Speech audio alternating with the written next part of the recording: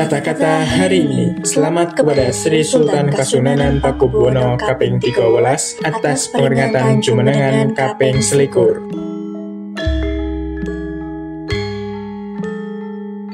Sugeng enjing kanca raso.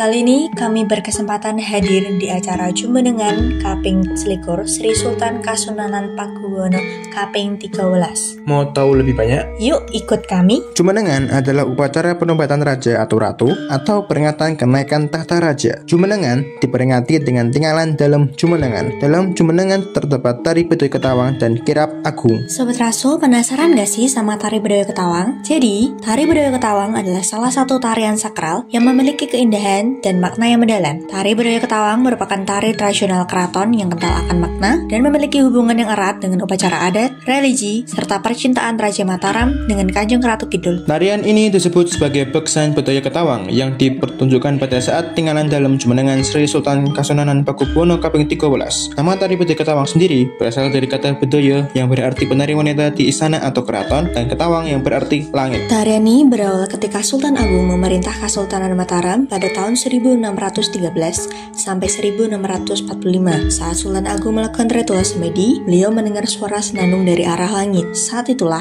nama Bedoyo Ketawang ada. Setelah perjanjian Giyanti pada tahun 1755, dilakukan pembagian harta warisan Kesultanan Mataram kepada Pakubuwono III dan Hamengkubuwono I, yaitu tari Bedoyo Ketawang yang diberikan kepada Kasunanan Surakarta. Menjadi seorang penari, tari Bedoyo Ketawang sendiri memiliki syarat yang paling utama, yaitu para penari harus seorang gadis suci dan tidak sedang haid atau menstruasi. Selain itu, para penari juga melakukan puasa selama beberapa hari menjelang pertunjukan. Konon katanya saat penari melakukan gerakan yang salah, Kanjeng Ratu Kidul akan datang menghampiri penari. Tari Bedoyo Ketawang dibawakan oleh 9 penari. 9 penari Bedoyo Ketawang menggambarkan 9 arah mata angin yang dikuasai oleh 9 dewa yang disebut sebagai Nomo Songo. Masing-masing penari memiliki simbol pemaknaan tersendiri untuk posisinya, yaitu penari pertama disebut Bata yang disimbolkan sebagai pikiran dan jiwa. Penari kedua disebut Endel Ajak yang disimbolkan sebagai keinginan hati atau nafsu. Penari ketiga disebut Endel Weton yang disimbolkan sebagai tungkai kanan. Penari keempat disebut Apit Ngarep yang disimbolkan sebagai lengan kanan. Penari kelima disebut Apit Buri yang disimbolkan sebagai lengan kiri. Penari keenam disebut Apit Menek yang disimbolkan sebagai tungkai kiri. Penari ketujuh disebut Gulu yang disimbolkan sebagai badan. Penari kedelapan disebut Dada yang disimbolkan sebagai badan. Dan penari kesembilan disebut Buncit yang disimbolkan sebagai organ seksual. Untuk itu, penari ke-9